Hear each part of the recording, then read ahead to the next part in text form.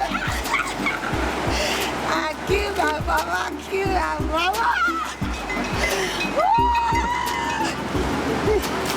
Hey, hey, I kill the books. Walk around. Walk with them. Hey, let me go in. It's your name. He that follow him.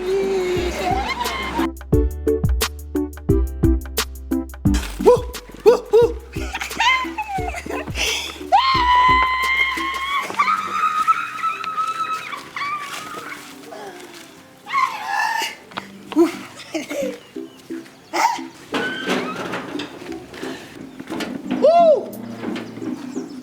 Yo, what's up?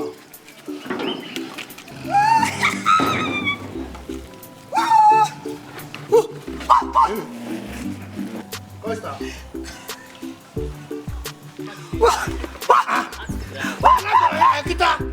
Hello? Hello, I'm happy.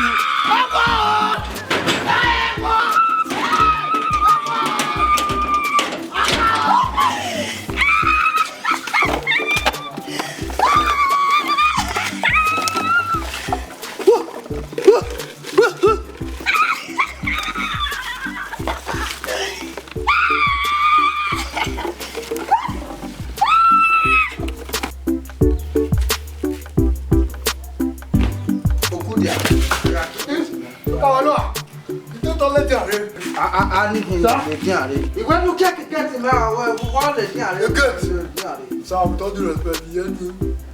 What one? Sir. You are paid well. Without due respect, I hear you. Who is one? People are not so. I'm not so. I'm not body power. I need your relax. You better be. You better. Oh, I don't need it. Who is one? I say, the man me over. Let me away. And you only get you here. If I'm bad, no. If I.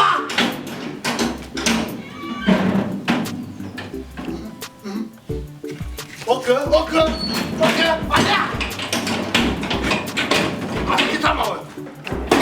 Guide you. Oh yeah, how do you feel now? Dagana noya sebai. Ima wena carry wa.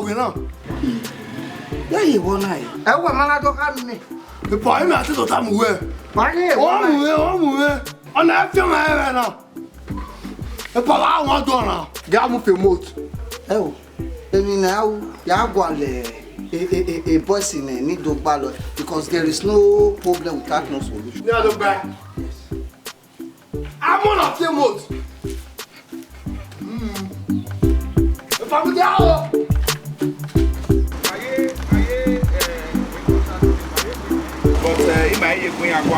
So I believe that in the next 1 hour, 30 minutes time, we would have been done with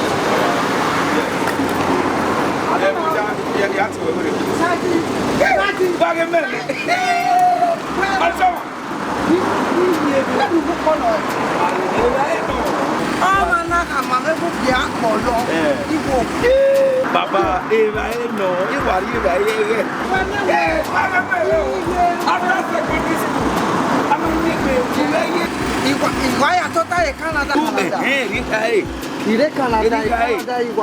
Canada.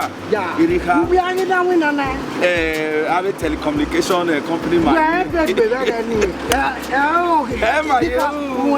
My brother. They way the manara. The man will lay you. Not the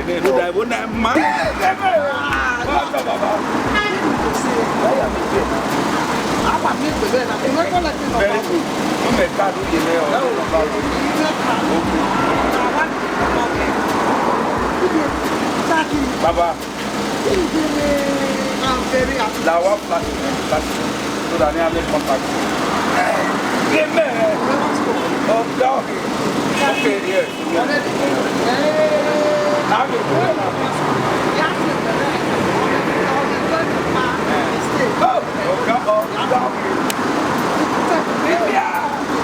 these are men of those days. Now, is it how he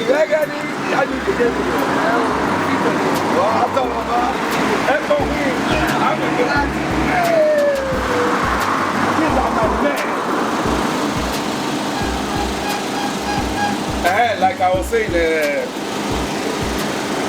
Hello, when we start. The contract I'm winning, they are just in the middle of winning it.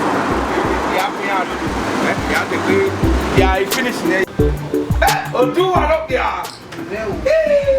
Go be happy. I don't know where after secondary school, when I was there. He want to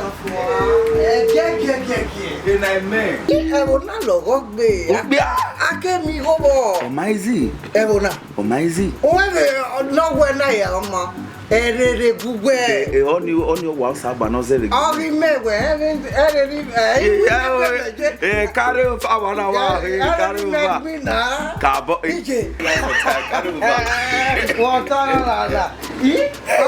Baba. Iwa koko veni waya me. Nim ede do me wa me we kiri ukboni. Ah, you know me na here. I was very happy. You are doing well. Yeah. When we was a webo, ga ni wa uni. Ona wa favor me. But gige we no ije. Ina do feel me so kwa. Yeah. Oti o wa we marry me. Yes. Well, Osabana be blessing me with 2 kids. Wow. Boy and a girl. I'm marrying. Yeah. Osi ogwaye ba ya koko. But maybe believe we grandpa we are marrying. We have your money am away. Ti matela ke. But ba no. Ni so bomb. It engage then anyway ni ya ha we now making arrangements. Any mahaya di Nigeria ni ya mu go yo. Yes. Na wa do ba o ya le mu we na wa wo na. O ti wa.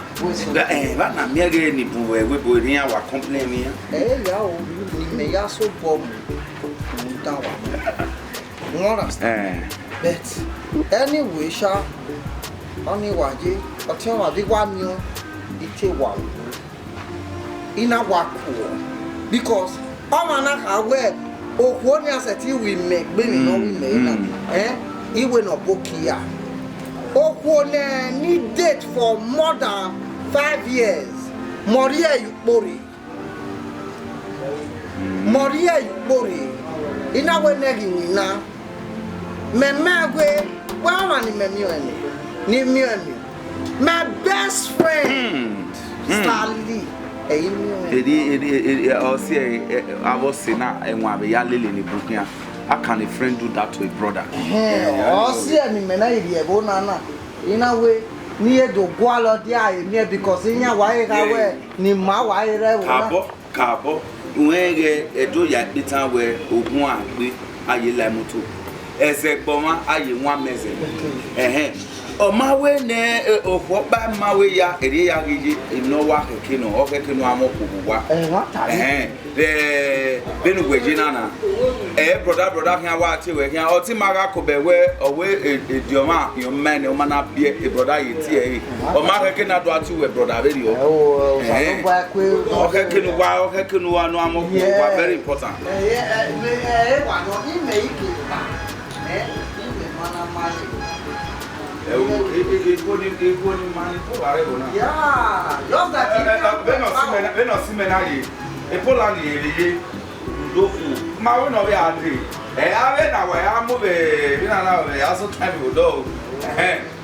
My wife can imagine a graduate role, good women role, that are sound. So, Benin is enjoying his life too. Because the next one now is from Poland. Oh, yeah. One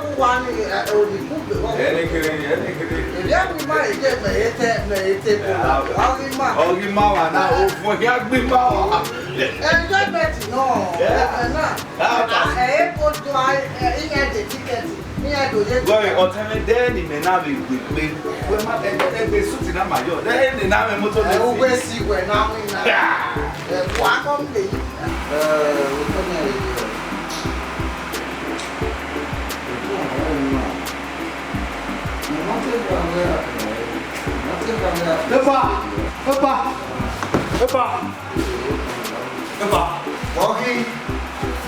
I don't have to show you now. Why don't post like that? Already the good. Other good. Who working in the man on this? Oh, what coming out with get the party? I follow that. Then it's there. Doctor, hello, doctor. Oh yeah. Come on, let that one man.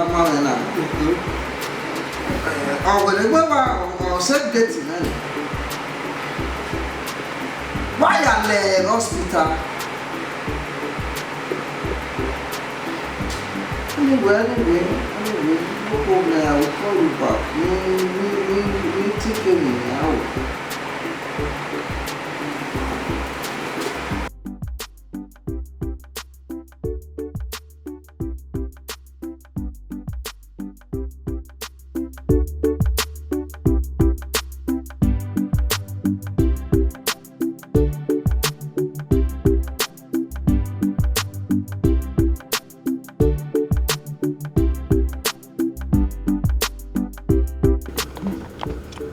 Me, very many. Tama with this. No, my your mind. I'll get to win. We know that all that. In a gear, I boss in near dogba, near Muario. Or where a basic money. Papa, when you are going to boss in your band, where I'm I can't want in never know there. It may wear a bed bag, where a bad dear, dear man, my man in me, are you? Oh, Bernard. Oh, you know, very. Imagine not see any why we want to even with wagon, I can't away. Eh? Imagine away, make a give boys in me. Well, we are here with a bill. It may surprise you. Don't get Nana. I get man, I only saw no mood you get. I get my saw no mood you get. I get my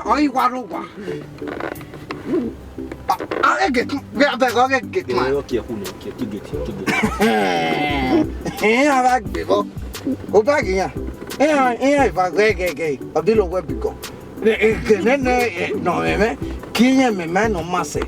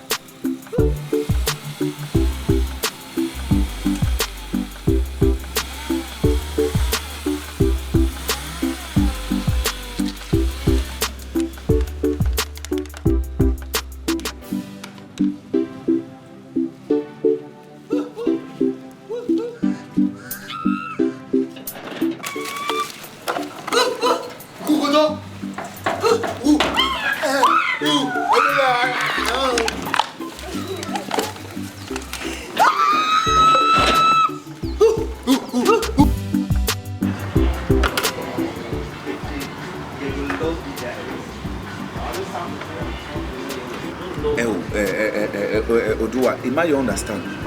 That's Uwadiae when I have boy have home you go. Look, Nigerian Uwadiae me Socratic home Uwadiae. Uwadiae making when I cook on me. Anyway, what I give it he may why acquire no really Socratic hospital and I convert to women here. Socratic hospital. Because you understand the way I do mere woman. You only want you open. And when my agreement land before, okay, what? Oh, yeah, go ahead. I'm an Hana. He don't buy baby, get him. In a way near the Yukon, in a more at the hospital. Here, more at the hospital. May I get doctor called him away on the hospital. In my cave, so what? You know it go guy there. Oh wow. We get why when you Oh, do I love for me no. Oh, Do I? When we are going on, I to wake here with for me. Do I damn way? It went on your way, my way, you go what? We're giving no wetter. I mean, we're turning on. You are loud or my woman. Even we are going on that time. you want to bring a name of some Umana do mana way. We are one on Ayana. Hey, do I? Give my dog or Memen or Wage, Yametin, Yamigo, Meven in Mane Africa, here, or Mananu, Hana, where we are. Yes, you might have a genuine intention, but in any boom, even well, even if we're Jerry, our men were wagging and one men have a Beramiri, Nibumbo, Nia Jobiasino. Eso was Zenya Waki. Ekenia na tormentoma enya gwalo nya badu mwa even agege nya gwa the sympathy oteme bo na je igba ya kabo I can say more duwa when one in Canada na o be na mu waje ugwa o be na ebe ugwa inyi na gepo mana ni ware dian o kan ti temata no wa mo na webo fo a no na wo duwa be no we ya teme ge na do me be picture o je bi mo before la wo we la ja o nu ya te mo na do do mi ye ugbe sabo me ni mawari to no wa gbera ri go ni ma bege ma fi afua fun e no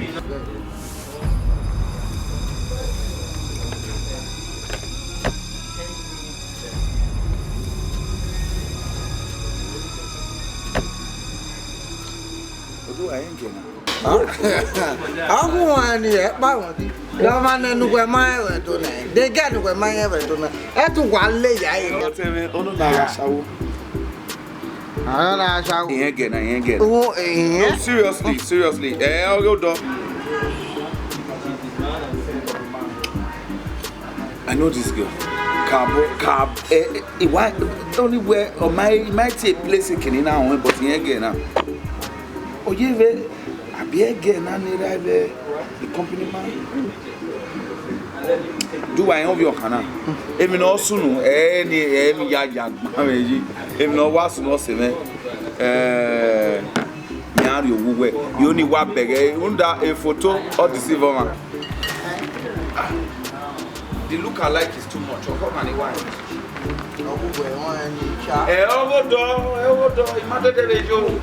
Because I'm responsible.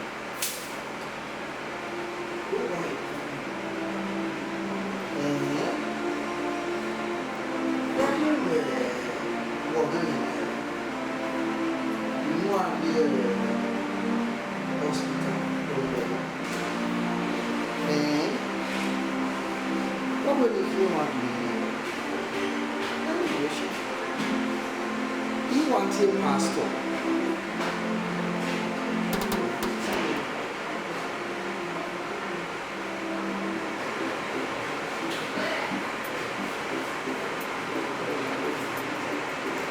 Call Adi.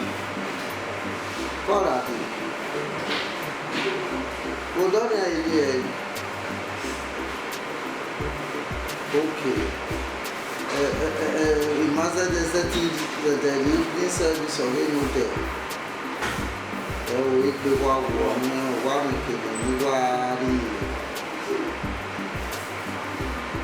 now do you? I'm telling you, come out.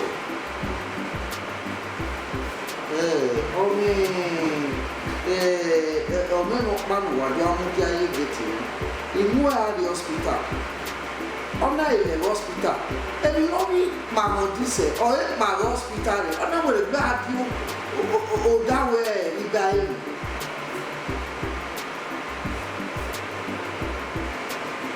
Okay, Daddy, who will kill me?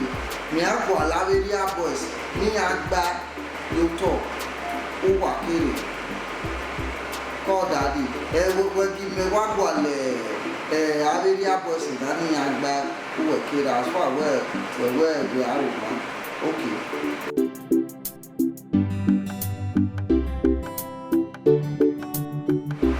wait here. My son, you are Iyore. Sir. Oh yeah. You can't tell no. Where am I? One or you were here.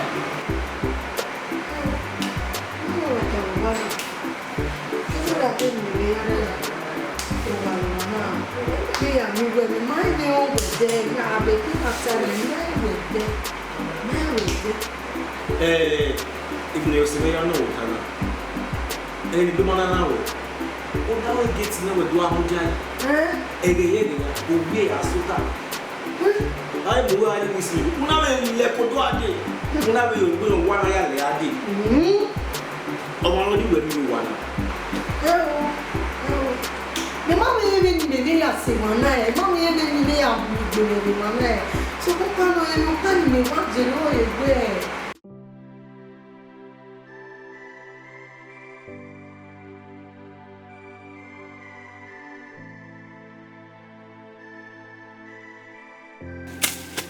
Agbon si ke jan e kwa si kodo. Ise o to we se pa. Kwa si kodo. Letting out the way. Ya yo pia ya ba wo ngbo. Me no se ni baba mana ko de. Abi bi an sa.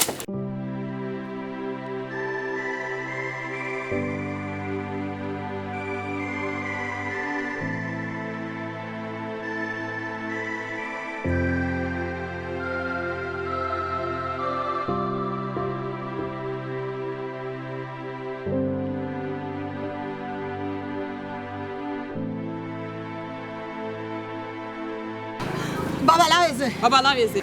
Oh, so what my boy? Oh, so what? You made the gualo.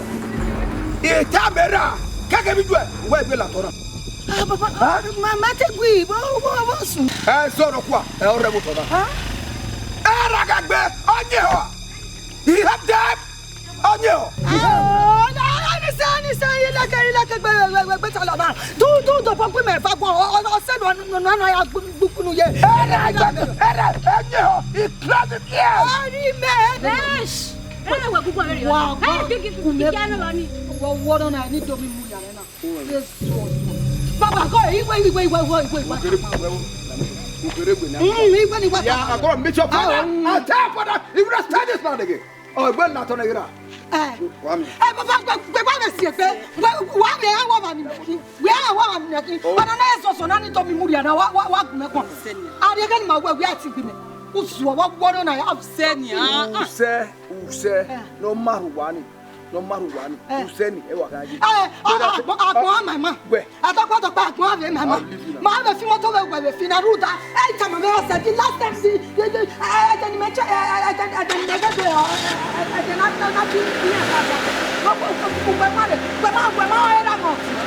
Le ma mi se. We ma era mo. Jo we na mi kede pa. Isa to he na am ye papa na. E me O ti papa kuku na. O ti papa ta me bi a. O se ape won. Well, I'm not here, Papa. I'm not here. I'm not here. Email your banner, I'm not American. Oh, tell him how you bury. Oh, tell him how you bury. No, They know what they have on probably milk. Anytime I went, I will let it be a canal here, probably milk at the boat go to Boba. Oh, Mamma won't.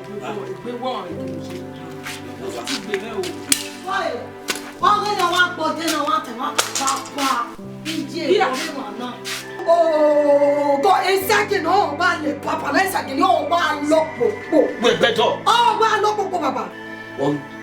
I know we are Yamosu, Yamu, wa kuma ti gubo o we kia be ni eduma na ni ma ba tu lemu ore E mata. O mutane. Ijamure a. Ijamure bo na je, ijamure bo na. Ijamure bo na. Na do kunu kwa yinkore. Ulu le ni si ule we ni ma ba le. Nene, wo me ni ata. O na di mo. O na ba po gwi jamu ji ba po gwa ji le mu na. Ni jamu gi fe. Oni die ma gwe, o ma yen no so, ma yen no ti o, ma yen no so e. Ijamu. What are you? You go me be. Iyan ma no a bo wa pe me be ri oni na wa so kegan. Papa wa ji. Ma o. Oh. Iya mu. Je. Bia mi no ya ku mai. Hey. Oye na ku kian wo isan. Ge. Je o. Wala. Ose.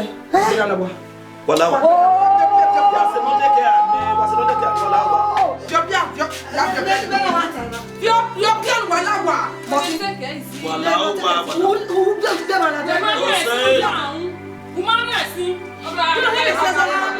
Baba wewe. Ya Jore.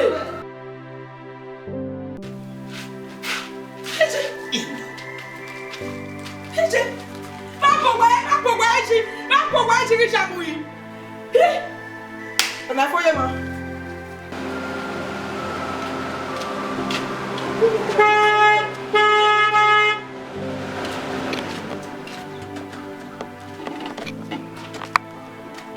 Ana ne yam.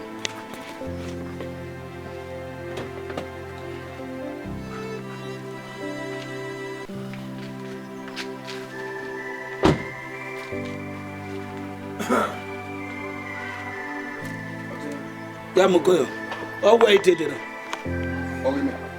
Bibi di rock my dero. Yamu. Ayo. Yamu waru oduna. Yamu we mo bok pati nya yamu waru oduna. O hama mo de ramu yamu mamo yamu. We na ba duma ko yo wa. Me na ke mo ari gba yamu, una ya ko yamu.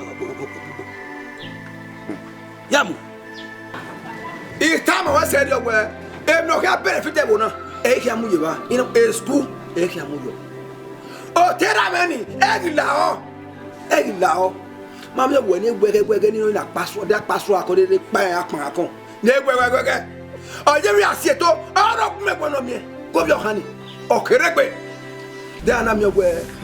Oh, way no water in the green. It's sacrifice on any way. If you have a on it, he gets from the money. I bet. I la Tony. When can I la Tony? Would I make haste from Nanania? As one more granted, I got here. I respected I weary. Anything I will ban it. A get help is schooling. Eggy lava, no yamuna packet. Oh, yam. Walk who make one of me. More well, Oma.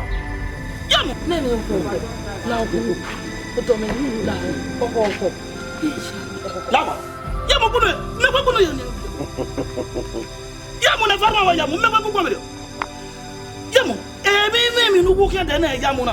Me ba na mo gbagbo yamu ari awo yamu. U ko dore, una wo mo aka do mu jaga we na. Yamu. U ma jota ma jogo ma ya fa no bi yamu. Taka ni Yesu sale lo yamu. Ure no do ya je gbero do be. Yamu, una mu me jaga. No no go. Yamu. Oto no be teke ni be yamu gbogbo le be te ni ga yamu ono wa yamu wa ya besu wa na e no ro ga na yamu yamu ono ya de yamu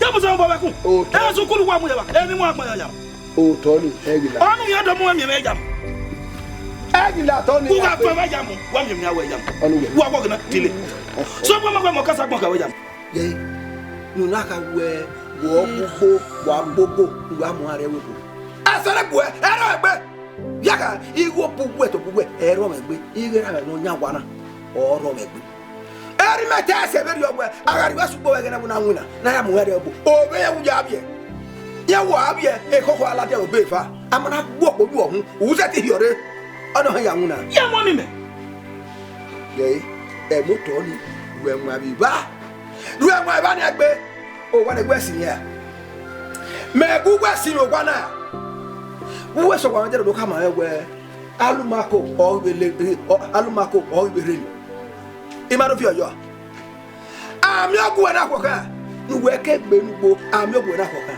igo wa na ye no nwa de a ebra bi wa da bi me igo ga ka yo to ebira me agbe uso wa de o gwa ya ba na wo ke inu expect o ba o we pe ha ibere ga pe ha no nu we de ya sine na o se ha ba ga to me pe ha ma wa de ha yo be fa ku no keke ni we ga na ye ko han ya mo wasi ure na wo kan ko do Ya mo bi ke wena.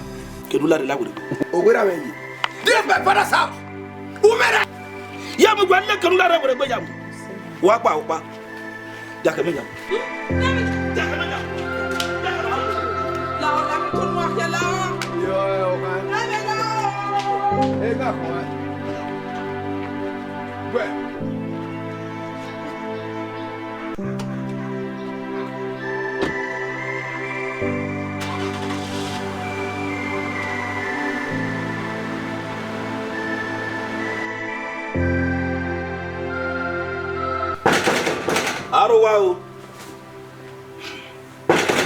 Arowa ipadamo. Ani Domo awa menu. agbe. Domo so. We no. Domo lani Domo so. Dimi yamma. E pa yese. Kan de say ye. Ya tota. Domo so.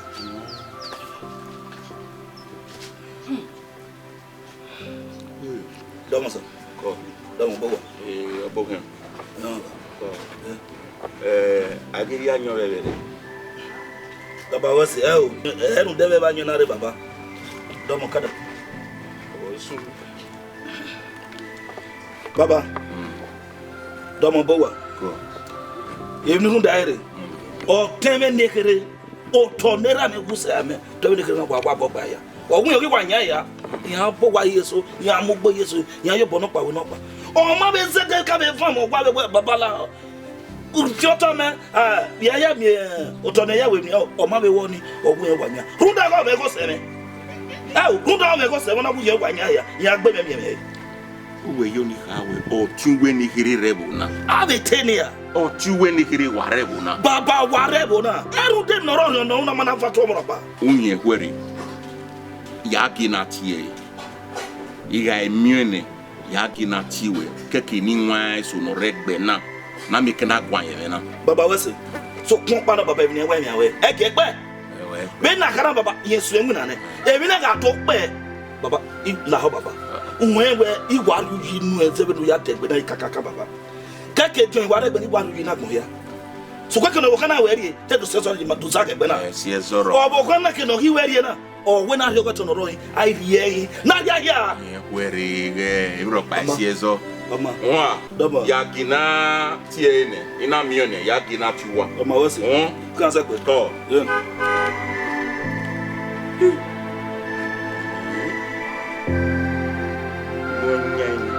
Say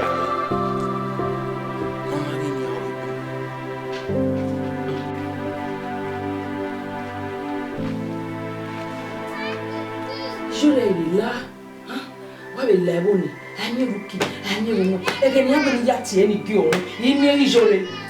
Salo pa ni. Mo ni bi. Na. No. Ya o. Ko. Obo se na. Ya. Ye wa ki ai. Ko ka gbe wo wa. Do wa wo wa. Gwedo. Gwegbon we re tebie so bo ro na la de. Ado ni nyama we na. Ya mo wi anya we ko ni.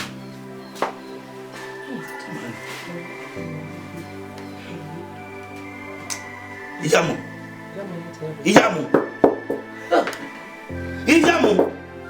Bebo na. Ijamu wi amu me no so de. Ya yo da wa ko die ke. O ma mi no fi obo yi o. Na me la ho. Ijamu. Giazi egbe no ka gbe tie ni. O ka gbe ra tie so wa ni. Ogun ya ati wa iva. Adun emi no ki ata. Ke ba ipa aduri owelele. Ke tie ni.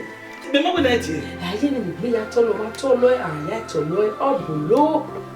Ke o ka gbe ra tie ni. Ana itu wa da do rezenu mo emi ni rita. Akin ari owelele. Eni ka o bo hime so ko ma bo kasa gbon ko yo. So ko ma we mo kasa gbon ko jam. Ni ka bo hi. Oke tie ni zigbe. Zigbe. Na wa odo ya oke bo. Na wa odo ya ko ile de ma egbe pupa si.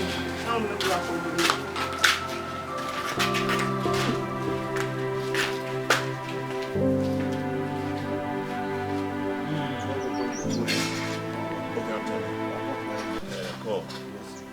Ko wa kakabori nyeme. Zebi we. Nuna do coin nyeme. Otun sima no de. Otun no de. Agbe. Agbe. Dogo kiama. Odogun egun. Ba me no kan. E mo to ruwa. Ni ruwa hu se ai. O we awa va ball ile ya. Fe ena wa ma ya gina ti we. Eno.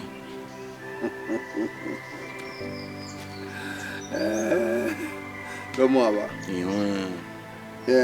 Okagbe mu gina tu atowo. Ise. Ima mi ege yaka. Ise. Ino mani me. We man no teme mojo. Ya iye. Wo wuto mi watani. O gegedegbe o waruwe. E mata. Moto bi mebe zewiyo. Hama ese bi na we. O to rock express ni wudoni. Ina we iyo ni mu yo payo. Emi ni oga im no we mani me. O we mani e. O ma de wona ya pe. Ina we si oni video. Veni eje na eme mu na. Emi oni mu yewa. E na ke baba. Ina we iyo ni mu esuku. Iyo ni mu yewa.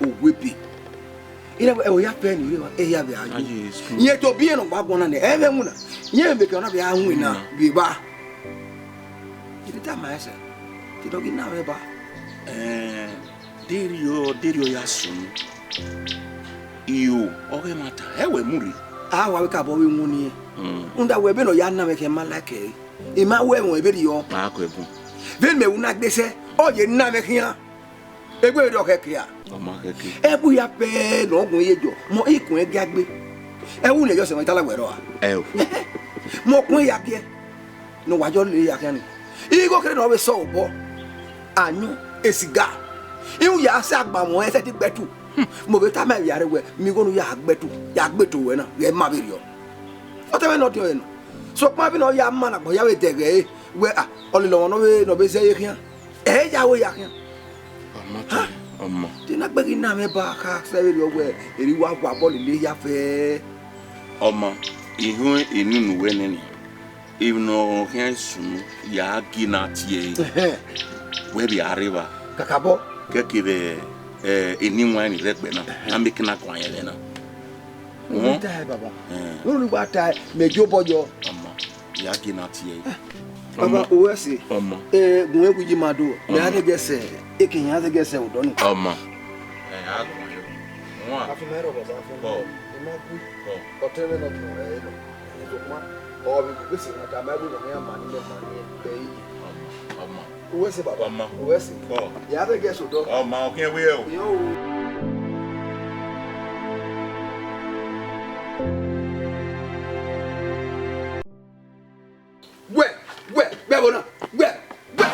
Igalo we sewe yo. E moto ni wan ya we. Igalo we sewe yo we. E moto ni wa de go fia o. We no bi o kakere. Iya mo. Obo kan kwin. Obo kan o kan na mo o. We nu gbe nyana. Go di se nyana so lo anya. Ya fi o boy wa o. E ke no ka gbe yo o wa na da fan. Ye ko. Ah. Wa le he ba ka mu yen na. Wa se gbo ni le. Lare o, gume ka mo wa. Uwa owe eti bo nya ga wa gbe na o ga sofuro ye me na o iteni no we ya mu we o twe no ti agbegin nana mi we wa lege wa fi bojo ha o e keni meye o ka gba egwu sokma o twe no ti na e we mi o ti o o gwa na gwa si mi a me gu gwa si mi a mo ye do le ji na ye gwa na sokma ore ba o to keke ni be ro pobeka oge o pa mi ro mi aro poka na gbe mari na ru la de inu ati me una ti obi oko inu ati me e won yo ati me e we ya develop e ba ni e school we amujo ne we ya pe benefit wo oge o wori me ba gagbe o ka gbe gelege nyopa we na mbara mu we re e ya develop ne Eba ni na si yamua. Oh, no bless you, brother. Anyway, we say. I think we want to tell you now. We the back of the poor one. We not even talk about or turn the penny. We not talking about kunwe iwadu kunwe I wa ki yen ku wa wo bi ju e wa ma e time mo logbe wa ki ajo ko kagbe wa do wu hey ya mo no ro bi u wa ho ni aji nu wa to ji ma ya we wa ri ma a nu wa yo kagbe we wa ah nu wa ya ki so pe wa ri lo to oruru wa a wa wa daji de yo kagbe lo ti me ya do we kin wa je ya do we kin wa je wa do ale nya mo be na me gwe atenu wa je ah o kagbo ti eni ne kenirie kagbo ti eni ugbe wa gi mi eni awe wa ma mu egbe mi wa kan awu wa ma mu egbe wa kan ya bu eso na no kagbo ta no fo ine ge nu wa ni wo wa e gi o kagbe wa gi yin wa yo ka kere wala fi wo boyi ma o wala fi wo boyi ma o mama iya mu su owo tun e mo di ani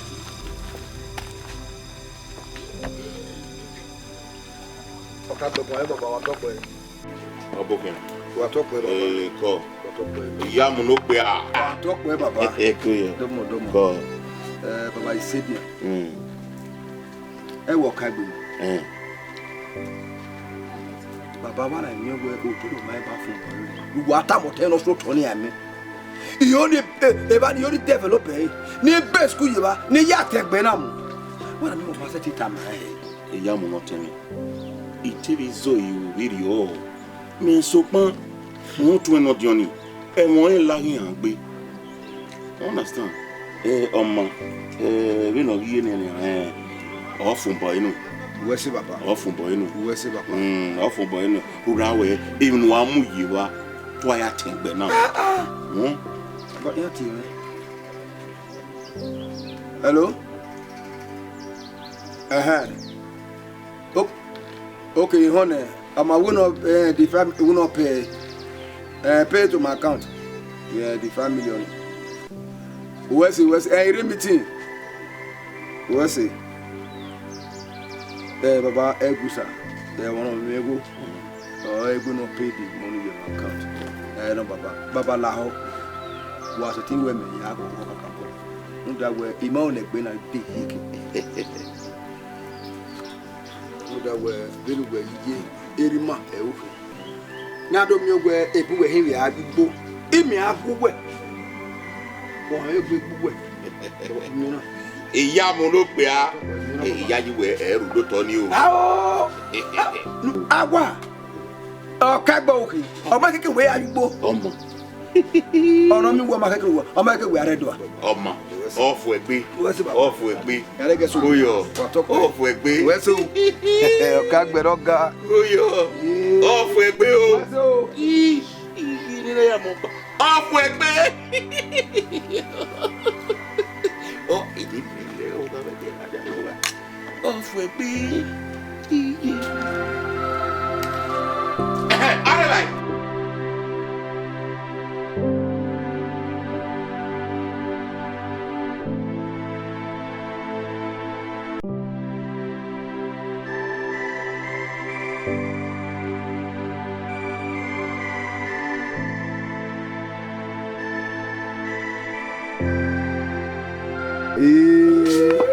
we are going to to work yo ai madam wo ni abuwa wa ni pa ni yo o yo ko yo isedia tabe mi awo moto bon wa sedia eni onita na we o to ni no te wa o gba wa yin wo ma se ti ta ma lórí boyo to ni o to ni yori best ku yo yori develop igbe ni family na yo the family na ya ten se ta le me uga mi be de to bi ko isi agbara ta go dan we wa bo esuku wa bo yo no ya ten gbe na mu no ya ino a no ja mu o to ni egbe tun egbe ago egun ege imu gbo gege omu gbagbe wa wo eme o me te bi na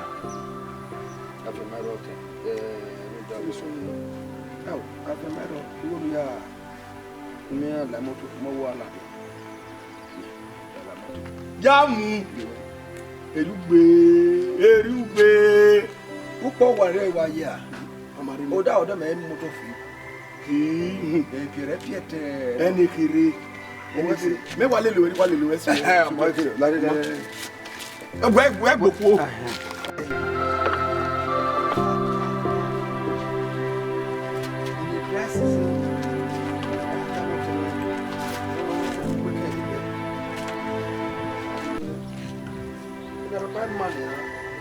Ọmọ àrùwà ẹ̀ẹ́sẹ̀ tí mo tún sẹ̀ òwà yìí.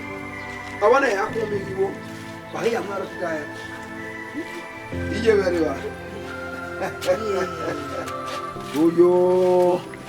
Eba ẹ̀ sọ̀wọ́ yà. Ìmọ̀ náà nù ìmọ̀ náà yẹ kó bí manager kiri. Kuyo. Yọ̀ọ́ ti ní bukú.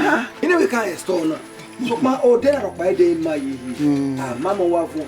E ke me pak mo ti me yi do. Mana yi o da o. Era wa. E store te me te o. Ya le me de kiri. Pupo na. Ave imoto no do amuika. Do aye ke yan na bowa. Keke be yan ni mu granite.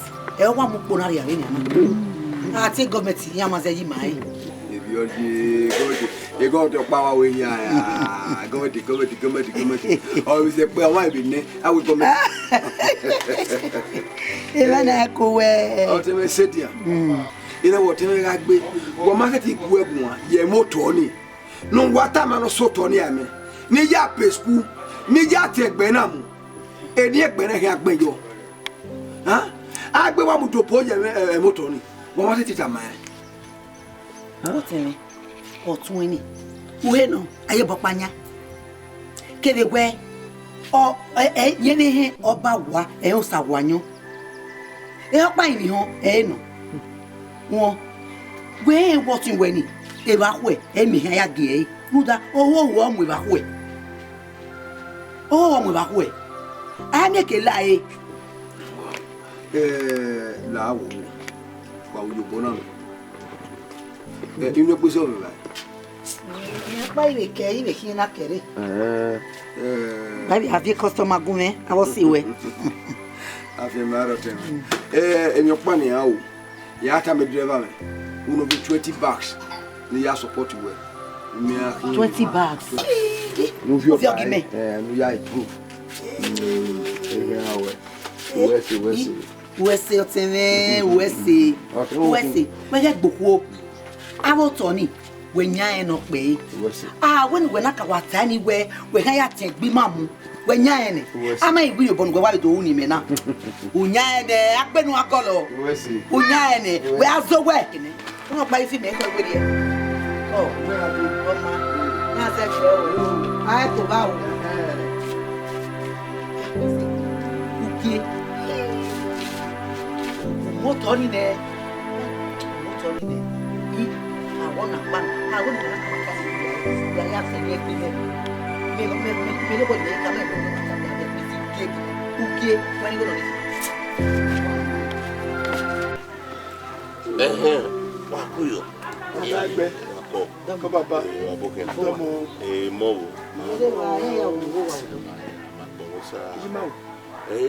wa wo do kuyo wata ke no mo kina chuwa emi chuwa ba oina hin ido wi enyan ido ene oni moto no kan yamu wotion agbe no river oiwe ihuna fun botoni ne yamu ye mata ni hin ba ti ka gbe o mari bi ro pa me o ka gbe wa to pe emi we watana e wa mi ni mo ta mi e dere abi ogogi me no ro o iwe o ka iwe ni ki ado mu e je ni ma ya we mi je o to ba ni dere we esku no ki amu yo eni egbe ogi ma o ka ya mo esku ni gbo Eliesi watani and Eliesi kewe Eliesi o ki abe o nko ni ro ara ri ni ewe ogi gele ye ni eni egbe ogi ma ya mo esku ni gbo akin ara hun si mare kakabo eni egbe mana ogi ara la kin ave gogo kewe na ya tegbe na mu e ri no da me do ene ona o megu igo ni emeni meduge se video we o ti develop toni if no ka wi an uyi ba o ti we o si e na gina chuwa ni me kana kamwa we okay na fun botoni ni Vous viens de yo ka wa tope. Iyo wa ko yo. Unia. Ya gina tie. Ya gungie yam. Nimikina ege no ya miubo. Uda we ege no ya miubo ni. Okay na mwe meeting ni ya fa. Di me akpare we me iwa yedo. Di me akpare ariedo. Oh, we are miubo. Oh, can ba pare do we wa lele akin. We mota enu wa bi la o mu se do. E o ne gwere no ni. You know. Ni mo tun kwa ni won we. Wa ko. Are bai. Ni. Oh, nyo pa kan wa nyo. We wa da. Iba Okagbo atokwe. Na we ayona na ya sabe na we ya. We ya if you are not there bugwa. Ka onya mo na dia umuto. We se wa to. Ko oga nyo ni aka sioko ni teneru da enu mo wa yupo. Aka o. Ni aka wo no mo yese. Magbe. Domo. Ko manegbe. Mazo ibi yoni. Wato Where ni yamu otweni kiri otoni musfon bone oda we no making a biscuit yiwa Ani. oga biscuit yiwa eni egbena o kan ya tin no wa yamu watokwe we are winning o ya gwaluto bari ni agbe wọ́n gbogbo náà ẹ̀ẹ́gẹ́ tí wàá tó tọ́ fi bọ́kọ̀ ẹ̀ẹ́gẹ́ tí wàá tó tá fi bọ́kọ̀ àkàrà wọ́n. Okagbo atokwe ọtẹ́bẹ̀ nọ sọpọ́n ẹ̀mẹ́kẹ́ ilé ọwọ́ kékeré bẹ́ẹ̀ mọ́tọ́ ni yóò yà bọ́ ẹ̀gbọ́n náà yóò ní dẹ́vẹ̀lọ́pẹ̀ wa ní yà tẹ̀gbẹ́ náà ọkẹ́ àmọ́ òye yín ni máa kẹ́kẹ́ agboyakele egbe oto eri ma no ya be school yo no ten ya gogo mu ona so hazawo eke no ke gba o no we ten ni agbe yo no eni egbe na no ra eni ra me hin agbe yo ra eni we kin agbe yo meita ma we eni egbe na e kin agbe yo iyo ni ja temu de wo ya dege kin no ri gbe ra dege o te ma ko na yira bi wa bi tana eko wa kakabo ifun me wa wesi iga we nu kai ya rebe we bo to nu ni yare nani baba afian ma ero kakabo wesi nu da we o te na ni o no gbugbo no o wa gbugbo e wa so pa we o kan ka ta ma we o bi gbogbo so o bi gbo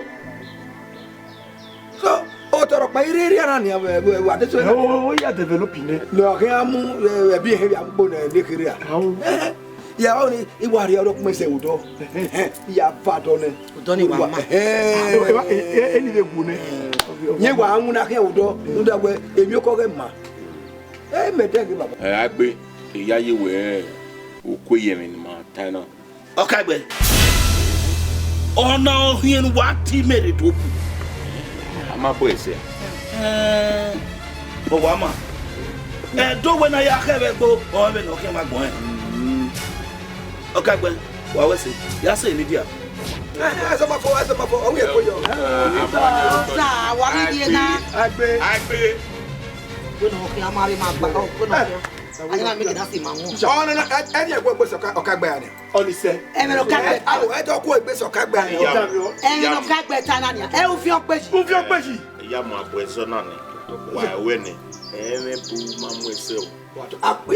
Ma we no ya pa lo to ni. Baba. Wa. Baba, e de ken wa de na. Mi ayimire. Duga ami bo. Ya do imoto mu gbe. Ni ya ma wa yuto. Da ma won we be me gina ni. Ibe yi na ba ti eni. I ya ma wa yuto. Odo we ge fito iya mai we o ga repa mai ma ke wa mu anyo wa kanye mu no oh baba to ko amari na mari no age mere no eni ha ke ya ko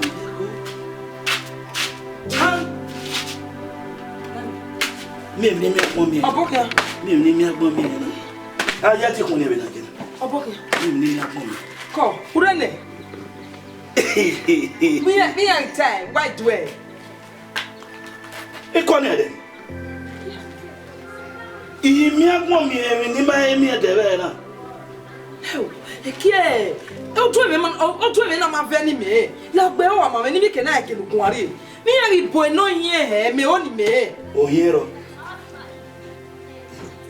Ai ka gbe me ro wo ka gbe me we. E ba de wa ta ye, e ba kokere. Ya ma boy se. Tama me yo ni.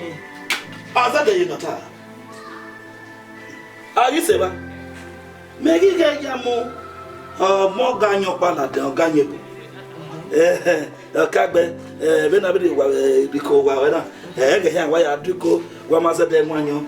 Na mo na re. What's Yena ga gwe. Yena ga gwe be ni kadusa. Oma iya nwanyo le iya. Anwanyo. Me oni me ni atai. Oni me oni. Megi kagbe na swan. Ebe na nota wo je wo wa wo je na ya bo yen. O kagbe we mata no.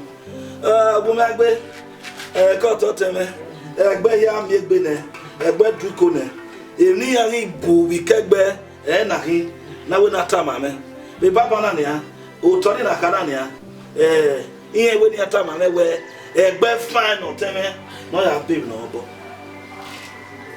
iye fa ni jamu o po ni na sako me o kejere na fi ofisi o na la me o bona do bona la la o me na ga tupo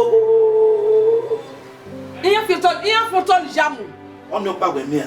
O ka gbe yo ko je o. Eri an je be gbogbola. No one damese, no damese. Agume yamu wa one gwa loto fi ana tun won egbo pe no ye ya. No tungwe ne kere fi tonu we. Eri ori no. Ilota. Pelu kun ala. Yamu yaka. Wa mi tara ni ga ge ma wodere o. Ne khini no kwa no fi gogo ganga. Bo pase egbodo na gbe ni nede. Ye kai. Yamu me hesu gbo emu. Odo ni wa keke ni yamu gbo odo. Ngwe yamu o tono rotese ari abe ni. Iya ogbe. Meta ina weri okie. Me gba o e bo ri me na weri okie ri o ya de. Neme. O ka gberi okode. O wa ma weri ose. Eni o pa de ki oni tama we na neme. Enwe akan ya we mi na. Ruta we o no se ti wo ma me ni ana. O mi no bro bo ma mu kama. O ya wa ma kama. Be ni ana e kene matari e. Iya na kwa ewa. Iya rutigo bamigo yana fie gwere. Egbon abe ni o mi la wo na. Giba ga fe koto ta na mi keda se ti kokemo. Ruta we ma oni ana do wu e mi o pa wa ku e no game do aro je do aruse la wo na me. O to e o simi wa. A simi o to. La wo.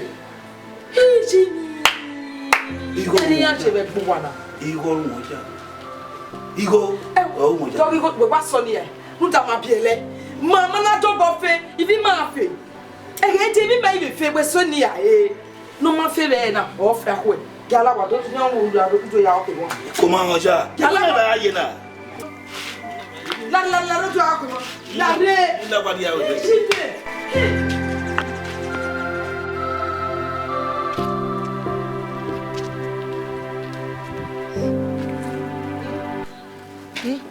Oh, ikwa give ya to ma. We. Ha ji le to ma bo. Wa ya. Awa me okupo. Madam.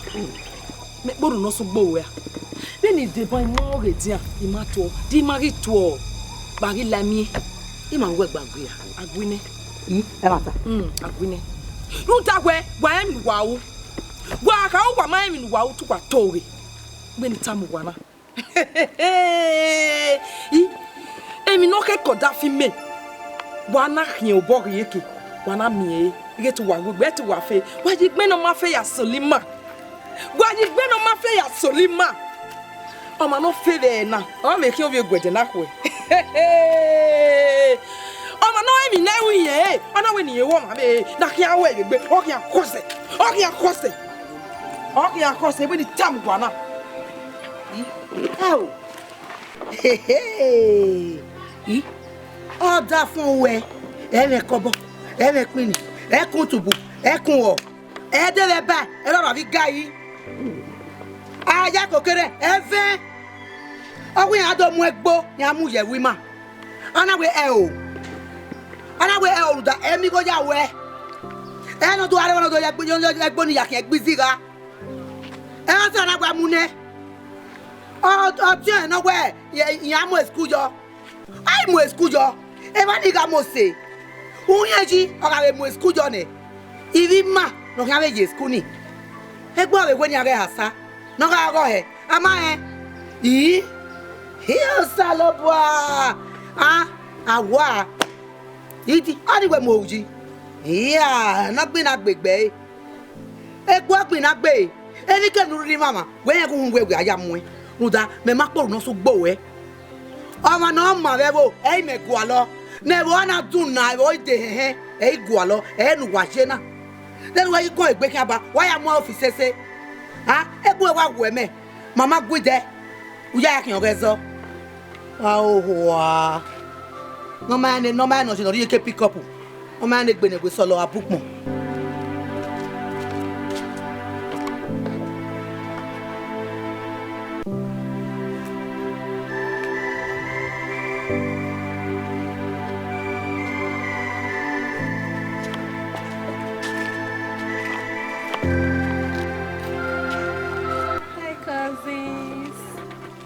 My cousin. Hi guys. Go ya la dia photo ni u pa ni na soa. Soa. Gwe no ye mi tiama. Gwe no ye mi tamtana na yi to mi na koko na. Yo me. Will you Wow. You guys are my cousin.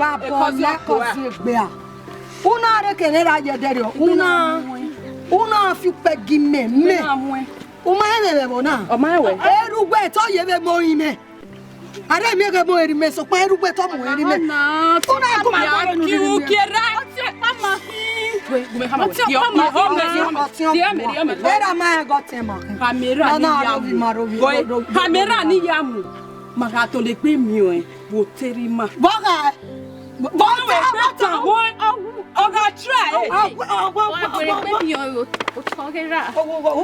In my way. Anya me fear wa. Woman ni kai. Ogbeyan ale. Eyin na gbe. Ole. Please my ear. Don't worry. Saka. I want to call my dad. Go for jail for me. Well, you didn't I'm a generator here. Yeah, the network. Yes, the security person arrival. Then the network itself, the mask, can be here. Yes, the middle one. At least the man will develop. Very much. They are our own and our mother the environment. So I think what we'll do is my guale. Yes. Yeah, that's. And I team you and meet with our general manager and come here where my main location of Rama. Yes, and even also no, my guale agent. No, so that good. So that the mama no nya otona. Yeah, that's good.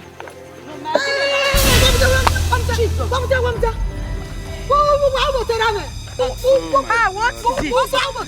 down. Just calm down. What? Calm down. No, calm down now. Calm down. I know they Creole, I know they take nonsense. I understand. This not a lot of calm down.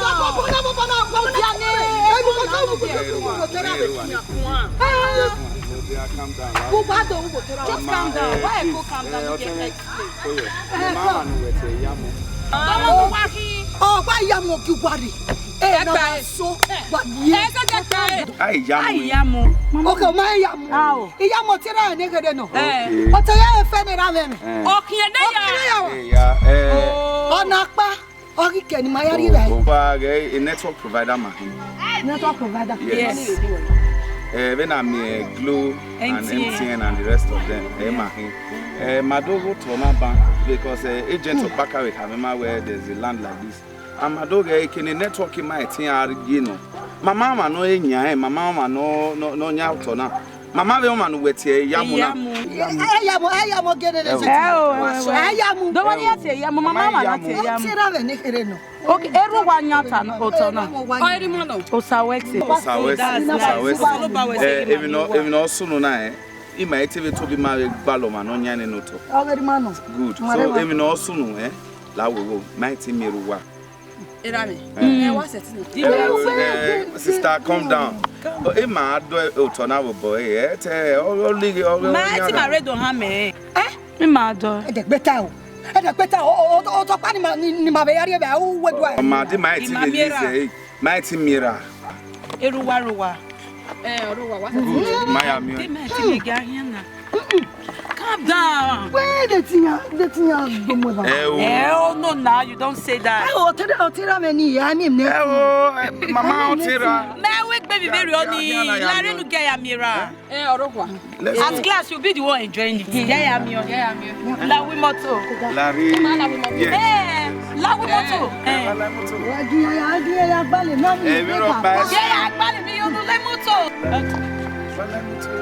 Yeah, just come inside. They want me to run in my negotiate with Now.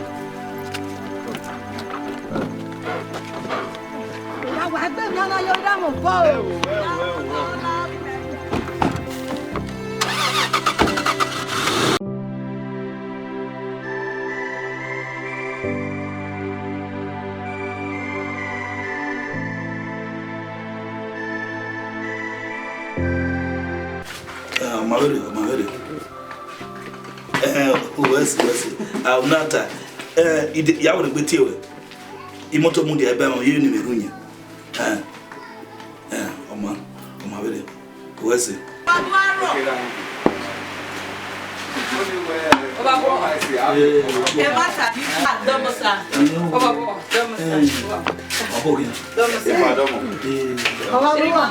Oh, that's good.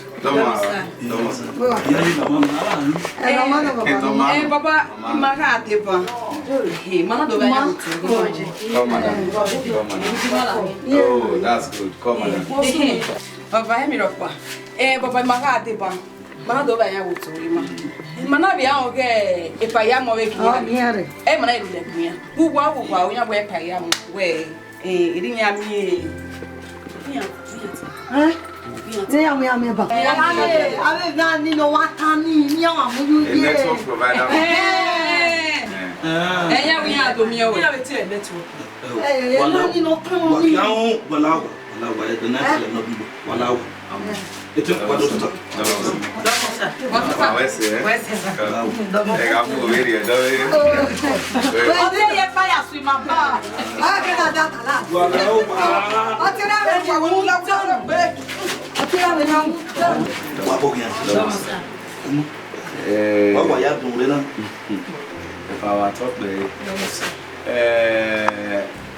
A company man, Benin Movie, mad, Mama me, and I am agent where no balloon.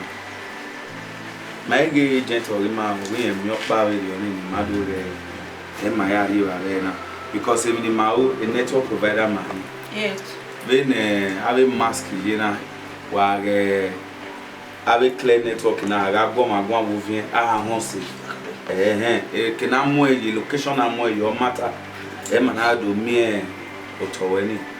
Mama sewa mama iwe iya iware yana wa ya yogezo especially we no go not journey mama ibi ayi mi ana we ma ye sorry mama ye igbinari oge motoni oyi ma di yana ka me ma we go were yan mama mi ma wa do mi na ibi na ya wa chocolate Wa mo gbenu wa ya de aso kun wa ri go ka bo pa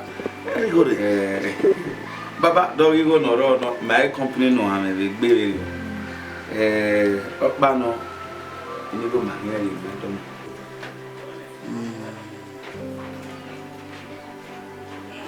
Do you know? What a million game? That's A million. Is it 10,000? No, 15,000. 15 million? Oh, sorry, 15 million. 20 million. 20 million. Baba, when you tiny, when you cut time, it's a compliment. It's 100 be my radio. Papa, no, my here 1 million 20 years. He may have one, I represent a company, may have one. So that you have a company at any time. And I am away of Gavirio. Marry Adira, and no sooner give Maria 15 million. Every year is when I want to make Bua. Where do you really make I 15 in my who are very no Genana. In my set to have a gentle way. We go now. Even they marry you, maybe Kerna, yes, halfway.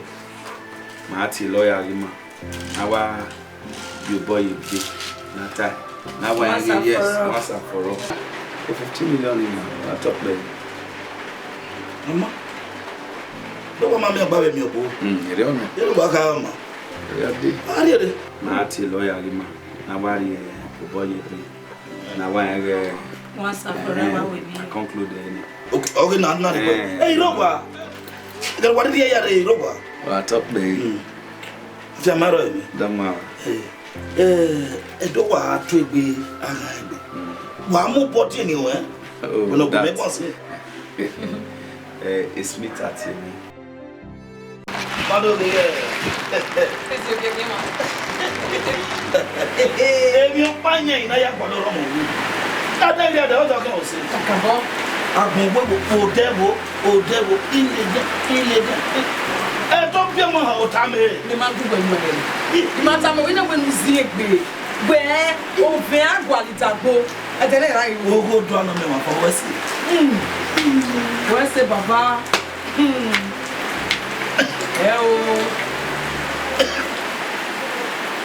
Let me come. I saw Fiala. Oh, yeah. Here, come. Here, Sameki. Is this Sameki? Here, let me put you out. Here, Sameki. Here, Name. What's up, Name? Yes, I'm in a toilet. Yeah. Let me put you. Papa. Papa.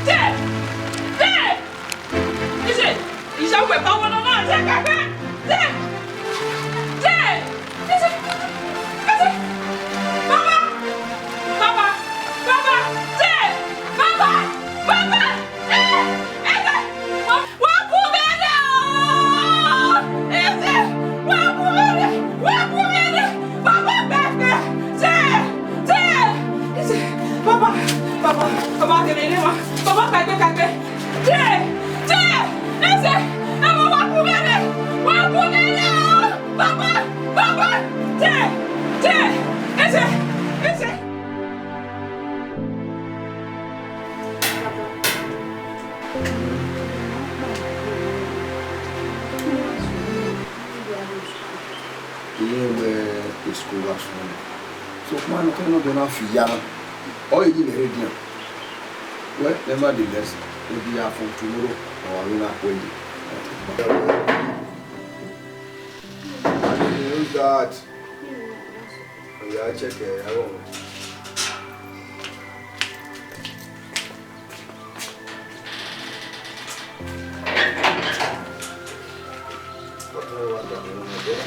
Sylvester. Oh. Pardon. Domo, sir. Domo, sir.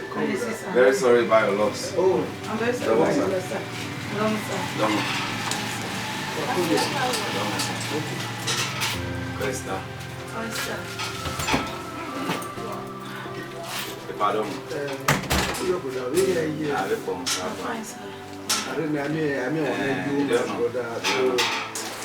Benin Movie, my yard dinner. Le va se va ma ve mon servir yo we wo ri odun be egbe oruwa na. That's good. You mad do ya me. We are very sorry about it not seeing.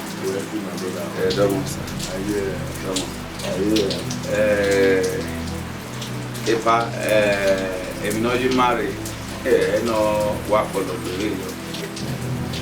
Obano, or ye did my young way or 12. So, ma, if ni mau, you wait, or you mad, or more top bar. Ni matter go away to business before do fee telecommunication enterprise MTN, Glo and the rest of them. Yes. So Magi Honge or Fia, Manavi no talent, and I will here or John, here 18 no. That's true, that's true. No one knows, yeah. You mad? No one knows. Is that so? What pen in it? I might get my eye. Okay. What might be in it? All right. Agbona. Look at Agbona in here. I never whenever you are. You watch them down and you have not enjoy what you are. You want me any, you know, I can't he's a happy man. Well, I never know you are. She said, Michael, why I'm very happy for that. You are lower by now. Where Osem or River will be here. No problem. Oh, Tony, I develop it. No, that way. Oh, I wrote Tony Banner. I have a where Otera, I'm where. If I tell you, money you have develop. That's our life. What's on there now? You know what I say? Oh, again in my work, my again, 15 million. 15 million. It's a chicken then. Chicken change, you are not there. No problem. I'm going to go to Albania. Oh, looking at Mama, Saturday. That's okay. I'm not going to go out. Anyway, waru for Baba. I will video. Even in my hand, where can I say for this time? Marty lawyer, a lawyer in my lady married my little boy. I won in it, he won in. I'm going to tear over. That's Barrister Evans. If Allah, what the number when so that we can always call time to time. No. The number is 080 32 70 8455. We'll definitely call you. No problem. Can I see up with Matthew? No problem.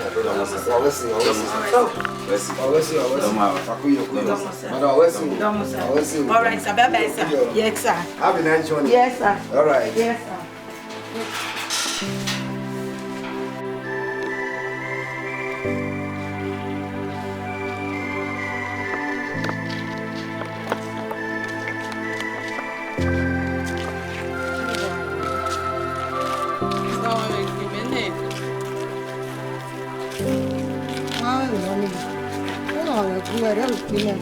No, we are there. My man, I want to give in. If I know you, you'll make a corner. I told you on a roll.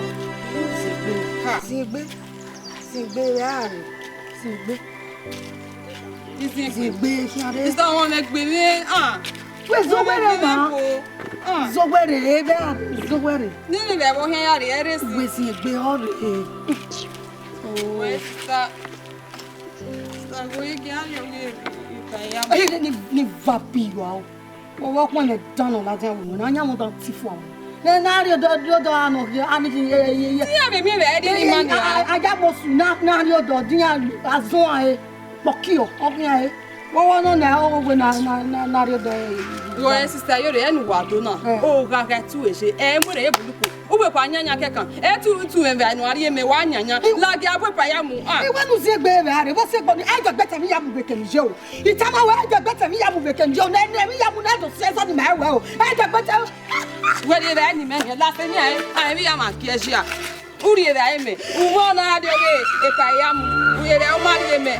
Wa kie.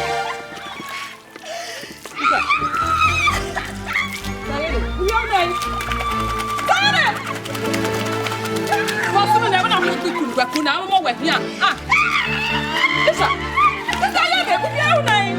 I'm not going to second question. Lisa, who can we? Oh, stand up like Yasna, then I can night.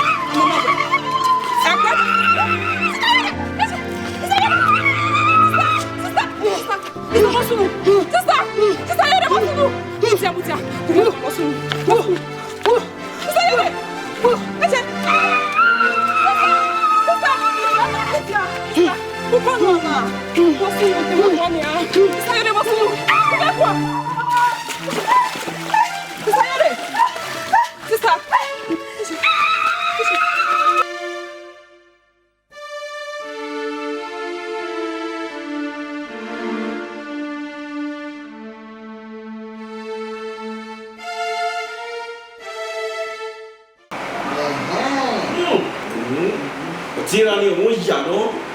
Omo ya.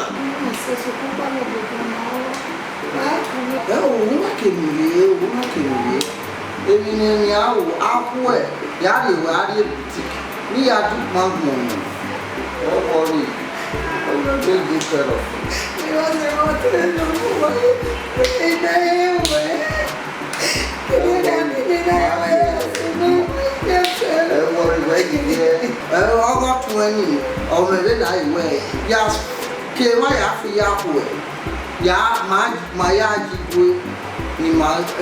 ni ma ye we na ya de tun ki gbe e je a ni anu wa ni wa ni ya o ya we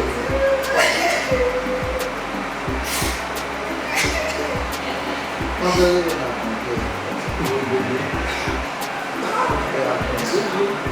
we ni ge ma wa ni so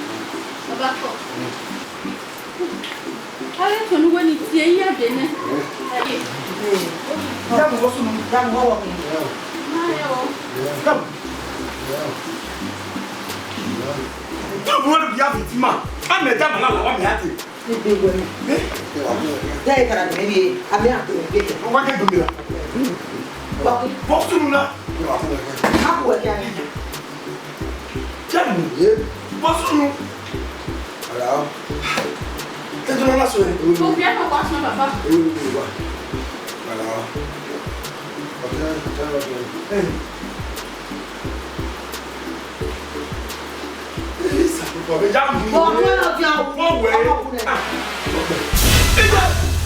Jam. What way? Oh, go. Okay, no problem. But we will car. Look at your belly. Ah, continue à How?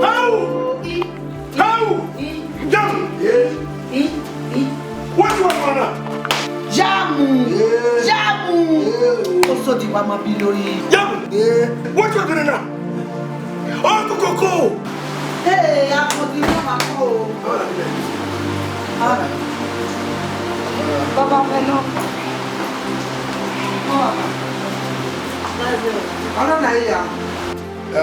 Alors, Where? Do you know it? Yes, of course. I don't know. Yeah, not duping ego. Or a duping ego, madame. Or I am when you come. I said to me, oh, no. It's not possible. You can buy it. Ateni tegbe. Itena me bobe. Very maybe banana. You can make me because a canana million anari. Wait.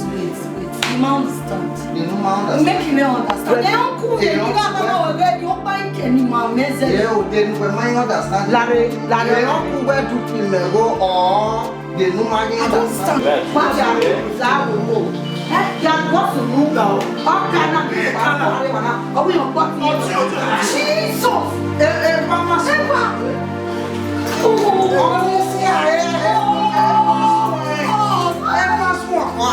are we always here? No, we're not carried anywhere. We're not I knew it.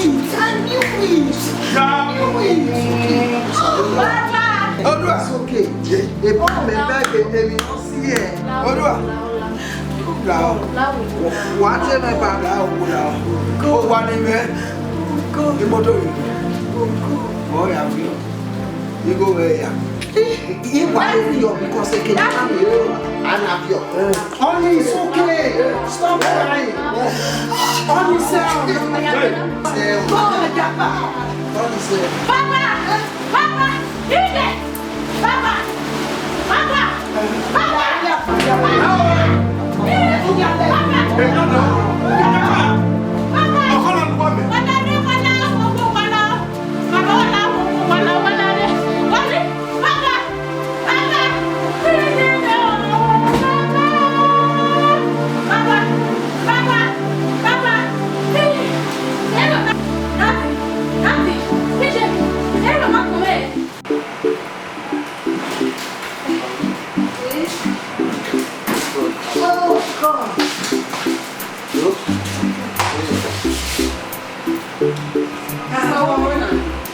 Yes, this is our home.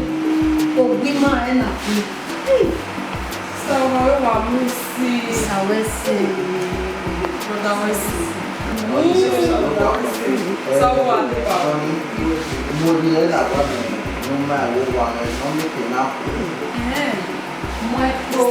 let's go inside.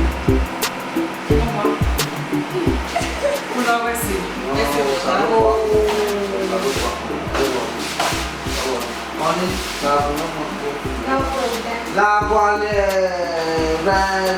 hai no?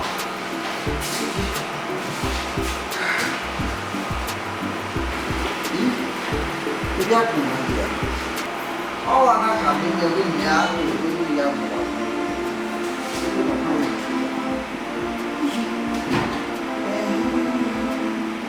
sama buat nasib kami bawa aku nih pamak payah gitu jadi pas aku buat ya gitu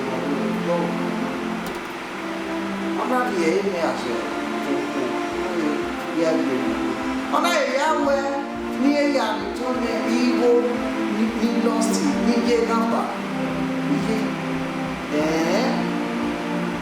okay wọ́n wà lè nínú ìyàwó rẹ̀ ọwọ́ lẹ́nà ọkọ̀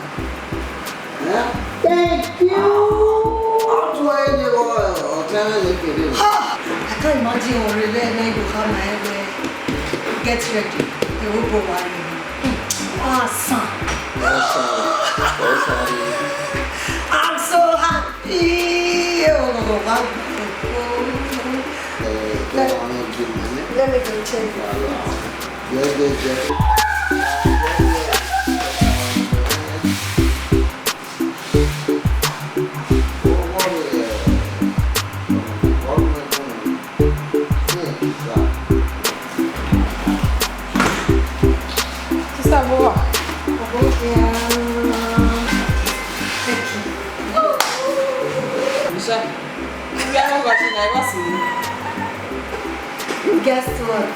Good news.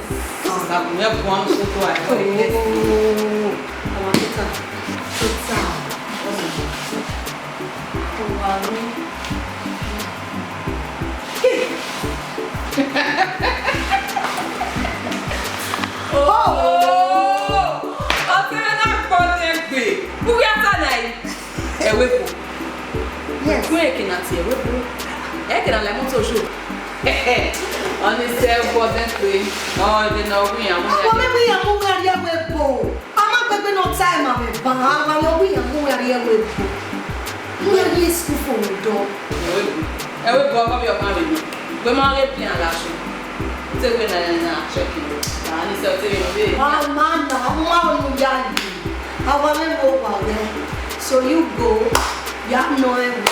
Sister, tell what I mean. Sister, come here. Then go tell me. Sister, come here for now. Oh, we are not going. Oh, we are moving. We are. Yes. I wait for you. Come on. Sister, what's this? He didn't pray. He didn't.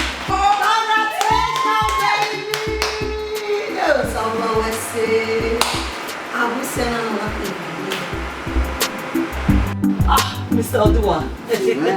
What I said they have. Again, my the way I Canada, I'm not to worry for seminar. Brother, call Madam. You will have a year. Also, in my boy, Barry Canada, yeah, Bokia. Well, Bokia, I hope you were flattening while I must stress you.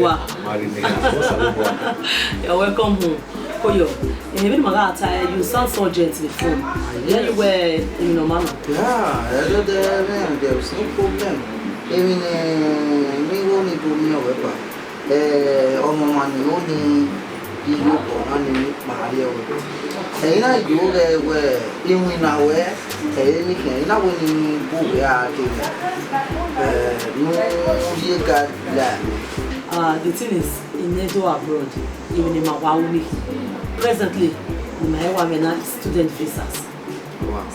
So that person will turn up or finish your secondary school now? Yes, excellent. Oh, because good. I was amazed. Good. Then the other thing is, wow, with international passport. Oh, where you were in last week, urgent. Or why you need the passport?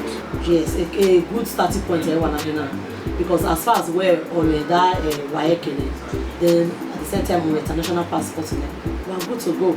So the here is because in do abroad, even in my is 100% guaranteed. Time usually, you know, my wife specializes in the name of any do abroad what I'm okay. We are saying what I may have a trust you. Okay. You know, and I do the I was at the banner, nobody you. Yeah, I was you know, so. Amazing, but this is Edo abroad. The man and I we are into traveling. The thing is, student visa in normal. So since we're telling now we're then with international passport, they don't be you understand? Because there are certain things in your way around in a way okay, the country in way or what they guarantee. Okay, in Edo abroad, 100% guarantee in any country of your choice. The thing is where the money now. The me go gonna tell Nakatama we only me. Maybe my way I interact and I don't okay. Canada like maybe better more be made where UK no, but you guys then now I go my way back one don't me Canada here man or UK here man. But the thing is in Edo abroad it's 100% guarantee. Well, let's see what else. So I have someone that will so we usually have our university. So yeah, I wouldn't have a Benin Movie come once at a time. I know my brother West Kakabo. Oh, wow, really? Okay. But what would you have an for lunch? I'll be out, but I will visit. We have some okay. Set. Okay. All right, no problem.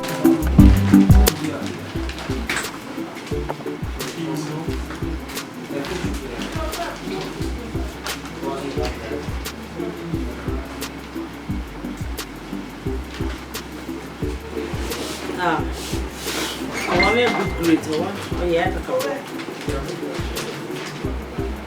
okay. Eki of Yasu Yagbe, right? Menosla. Oh, why Yakabo is a good one.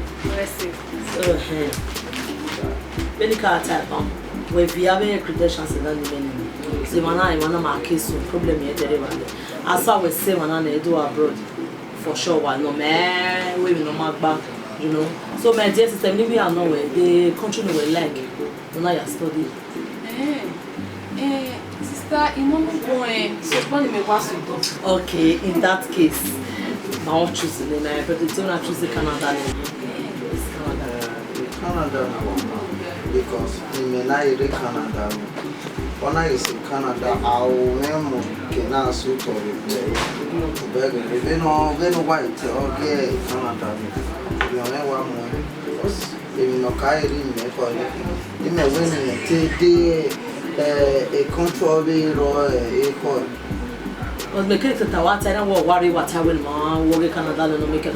You do not know to impose also for freedom of speech. This is a hit and a radio so much as Canada. So very soon I will be so well and then mother congratulate you. Where's the sister? The problem is yes, we want a man of a man. Maybe we already do abroad. Okay? You shall me one in a car dropping in there. Alright. Take care. And keep be a good girl, okay? Alright, I like it.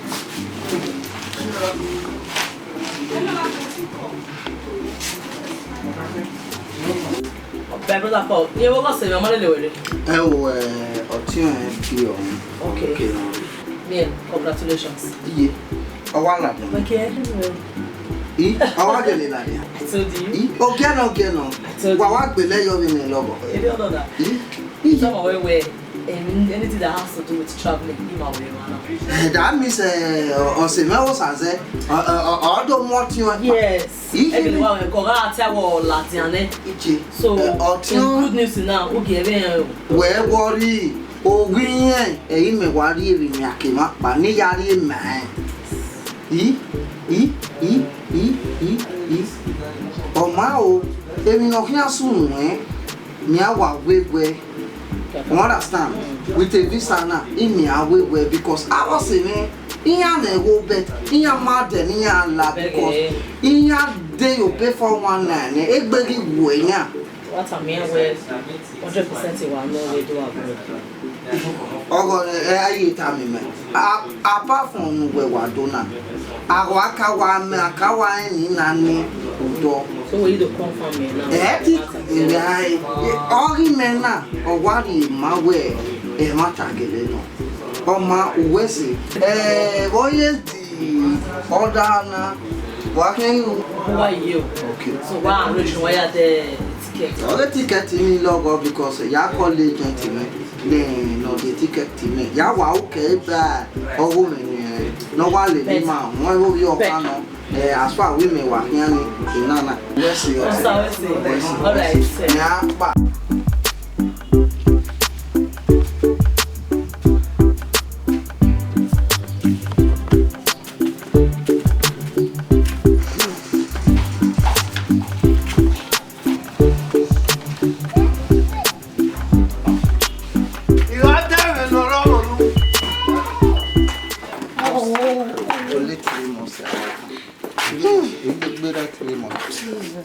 Get ma, I hope where I have luggage in it. Everything is tax. All luggage. Everything is tax.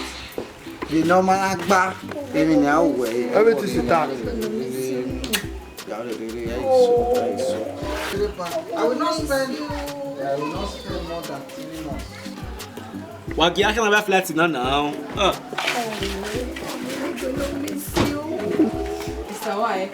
Gaye kwe mume. Gaye kwe mume. Yaga si wengi yangi. No problem. Just remember and love. Wa eko.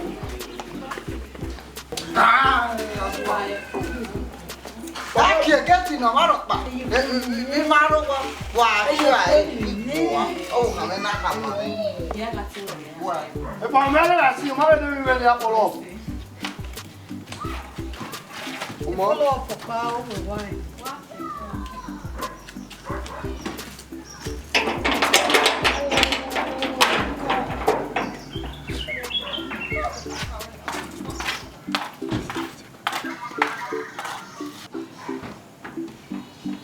Tá bebê. Papai, boa na hora, olha, pá. I want to do it. É? Ei, mano,